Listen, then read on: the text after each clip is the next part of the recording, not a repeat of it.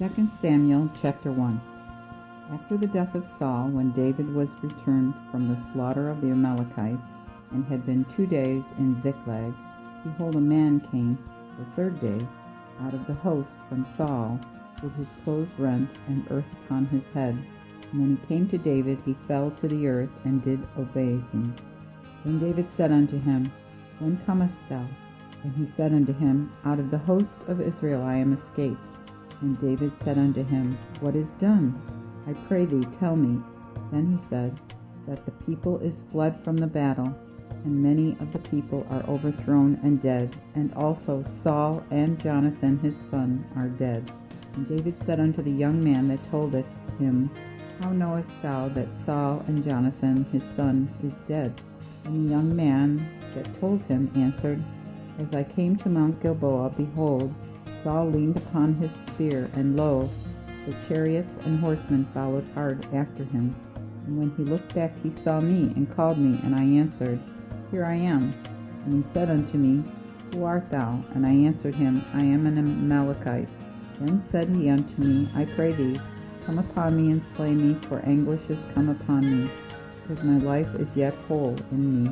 So I came upon him and slew him, and because I was sure that he could not live, after that he had fallen, I took the crown that was upon his head, and the bracelet that was on his arm, and brought them hither unto my lord.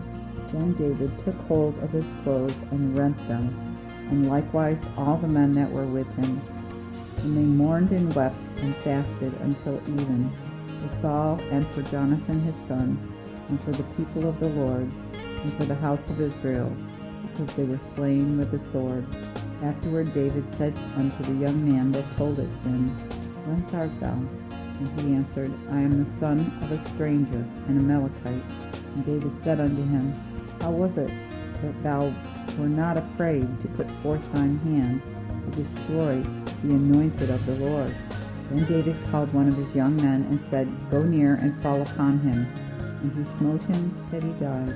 Then said David unto him, Thy blood be upon thine own head, for thine own mouth hath testified against thee, saying, I have slain the Lord's anointed.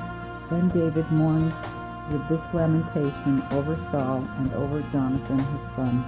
Also he bade them teach the children of Judah to shoot, as it is written in the book of Jasher. O noble Israel, he is slain. Upon thy high places, how are the mighty overthrown? Tell it not in Gath, nor publish it in the streets of Ashkelon, lest the daughters of the Philistines rejoice, lest the daughters of the uncircumcised triumph. Ye mountains of Gilboa, upon you be neither dew nor rain, nor be there fields of offerings, for there the shield of the mighty is cast down, the shield of Saul, as though he had not been anointed with oil. The bow of Jonathan never turned back, neither did the sword of Saul return empty, from the blood of the slain, and from the fat of the mighty. Saul and Jonathan were lovely and pleasant in their lives, and in their depths they were not divided. They were swifter than eagles, they were stronger than lions. You daughters of Israel, weep for Saul, which clothed you in scarlet and pleasures, and hanged ornaments of gold upon your apparel. How were the mighty slain in the midst of the battle? O Jonathan, thou wast slain in thy high places. Woe is me for thee, my brother Jonathan. Very kind hast thou been unto me. Thy love to me was wonderful, passing the love of women. How are the mighty overthrown, and the weapons of war destroyed. 2 Samuel chapter 2. After this David asked counsel of the Lord, saying, Shall I go up into any of the cities of Judah? And the Lord said unto him, Go up. And David said, Whither shall I go? He then answered, Unto Hebron. So David went up thither, and his 2 wives also, Ahinoam the Jezreelitess, and Abigail Nabal's wife, the Carmelite. And David brought up the men that were with him, every man with his household, and they dwelt in the cities of Hebron. Then the men of Judah came, and there they anointed David king over the house of Judah. And they told David, saying, that the men of Jabesh Gilead buried Saul. And David sent messengers unto the men of Jabesh Gilead, and said unto them, Blessed are ye of the Lord, that ye have showed such kindness unto your lord Saul, that you have buried him. Therefore now the Lord show mercy and truth unto you, and I will recompense you this benefit, because you have done this thing. Therefore now let your hands be strong, and be you valiant. Albeit your master Saul be dead, yet nevertheless the house of Judah hath anointed me king over them. But Abner the son of Ner, who was the captain of Saul's house, took Ishbosheth the son of Saul, and brought him to Mahanaim, and made him king over Gilead, and over the Asherites, and over Jezreel, and over Ephraim, and over Benjamin, and over all Israel. Ishbosheth, Saul's son, was 40 years old when he began to reign over Israel, and reigned 2 years. But the house of Judah followed David. And the time which David reigned in Hebron over the house of Judah was 7 years and 6 months. And Abner the son of Ner, and the servants of Ishbosheth the son of Saul, went out of Mahanaim to Gibeon. And Joab the son of Zeruiah, and the servants of David went out and met one another by the pool of Gibeon. And they sat down, the one on the one side of the pool, and the other on the other side of the pool. And Abner said to Joab, Let the young men now arise, and play before us. And Joab said, Let them arise. And there arose and went over 12 of Benjamin by number, which pertained to Ishbosheth, son of Saul, and 12 of the servants of David. And every one caught his fellow by the head, and thrust the sword in the fellow's side. So they fell down together. Therefore the place was called Helkath Hazorim, which was in Gibeon. And the battle was exceedingly sore that same day, for Abner and the men of Israel fell before the servants of David. And there were 3 sons of Zeruiah there, Joab, Abishai, and Asahel. And Asahel was as light on foot as a wild roe. And Asahel followed after Abner, and in going he turned neither to the right hand nor to the left from Abner. Then Abner looked behind him and said, Art thou Asahel? And he answered, Yes.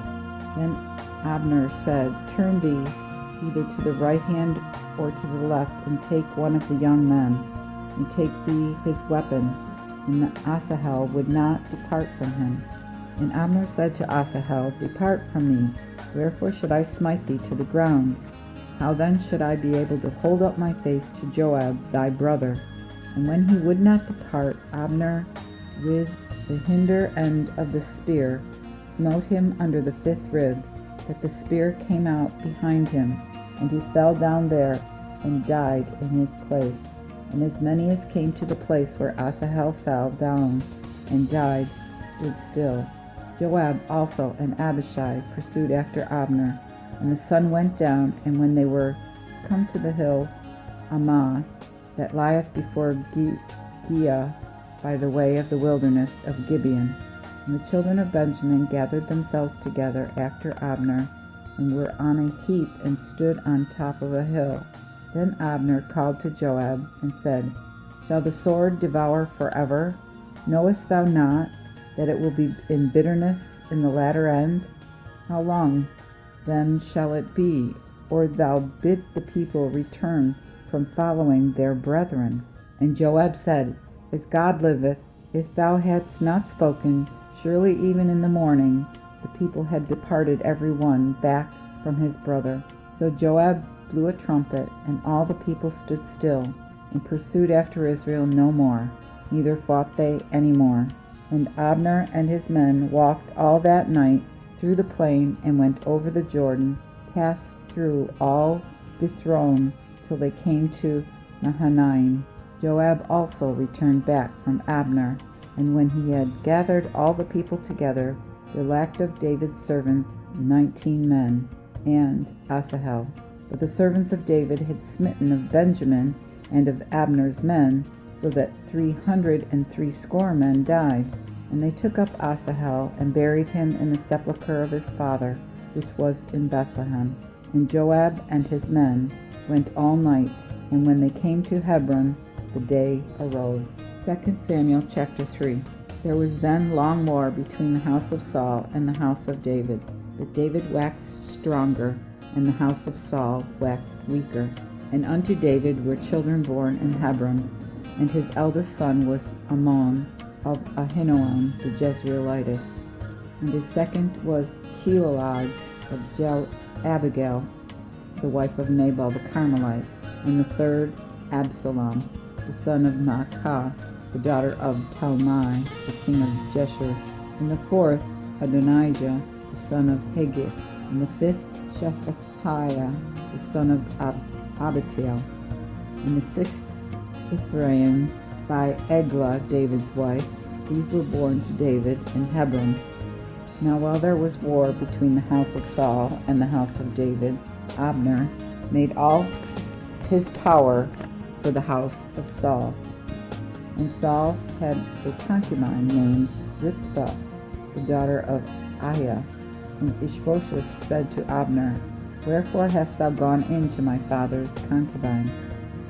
Then was Abner very wroth for the words of Ishbosheth, and said, Am I a dog's head, which against Judah do show mercy this day unto thy house, and the house of thy Saul thy father, to his brethren and to his neighbors, and have not delivered thee into the hand of David, that thou chargest me this day with a fault concerning this woman? So do God to Abner, and more also, except as the Lord hath sworn to David, even so I do to him, to remove the kingdom from the house of Saul, that the throne of David may be established over Israel and over Judah, even from Dan to Beersheba. And he durst no more answer to Abner, for he feared him. Then Abner sent messengers to David on his behalf, saying, Whose is the land? Who should also say, Make covenant with me, and behold, mine hand shall be with thee, to bring all Israel unto thee? Who said, Well, I will make a covenant with thee, but one thing I require of thee, that is, that thou see not my face, except thou bring Michal, Saul's daughter, when thou comest to see me. Then David sent messengers to Ishbosheth, Saul's son, saying, Deliver me my wife Michal, which I married for 100 foreskins of the Philistines. And Ishbosheth sent and took her from her husband Paltiel the son of Laish. And her husband went with her, and came weeping behind her unto Baharim. And then said Abner unto him, Go and return. So he returned. And Abner had communication with the elders of Israel, saying, Ye fought for David in times past, that he might be your king. Now then do it, for the Lord hath spoken of David, saying, By the hand of my servant David I will save my people Israel out of the hands of the Philistines, and out of the hands of all their enemies. Also Abner spake to Benjamin, and afterward Abner went to speak with David in Hebron concerning all that Israel was content with, and that the whole house of Benjamin. So Abner came to David to Hebron, having 20 men with him, and David made a feast unto Abner, and to the men that were with him. And Abner said unto David, I will rise up and go gather all Israel unto my lord the king, that they may make a covenant with thee, and that thou mayest reign over all that thine heart desireth. Then David let Abner depart, who went in peace. And behold, the servants of David and Joab came from the camp, and brought a great prey with them. But Abner was not with David in Hebron, for he had sent him away, and he departed in peace. When Joab and all the host that was with him were come, men told Joab, saying, Abner the son of Ner came to the king, and he hath sent him away, and he is gone in peace. Then Joab came to the king, and said, What hast thou done? Behold, Abner came unto thee. Why hast thou sent him away, and he is departed? Thou knowest Abner the son of Ner, for he came to deceive thee, and to know thy going out and ingoing, and to know all that thou doest. And when Joab was gone out from David, he sent messengers after Abner, which brought him again from the well of Sirah, unknowing to David. And when Abner was come again to Hebron, Joab took him aside in the gate to speak with him peaceably. and smote him under the 5th rib, that he died, for the blood of Asahel his brother. And when afterward it came to David's ear, he said, I and my kingdom are guiltless before the Lord forever, concerning the blood of Abner the son of Ner. Let the blood fall on the head of Joab, and on all his father's house. Let the house of Joab be never without some that have running issues, or leper, or that leaneth on a staff, or that doeth fall on the sword, or that lacketh bread. So Joab and Abishai his brother slew Abner, because he had slain their brother Asahel at Gibeon in battle. And David said to Joab and to all the people that were with him, Rent your clothes and put on sackcloth, and mourn before Abner. And King David himself followed the bier. And when they had buried Abner in Hebron, the king lifted up his voice and wept beside the sepulchre of Abner, and all the people wept. And the king lamented over Abner and said, Died Abner as a fool dieth? Thine hands were not bound, nor thy feet tied in fetters of brass. But as a man falleth before wicked men, so did thou fall. And all the people wept again for him. Afterward all the people came to cause David eat meat while it was yet day. But David swore, saying, So do God to me, and more also, if I taste bread or aught else, till the sun be down. And all the people knew it, and it pleased them, as whatsoever the king did pleased all the people. For all the people and all Israel understood that day how that it was not the king's deed that Abner the son of Ner was slain.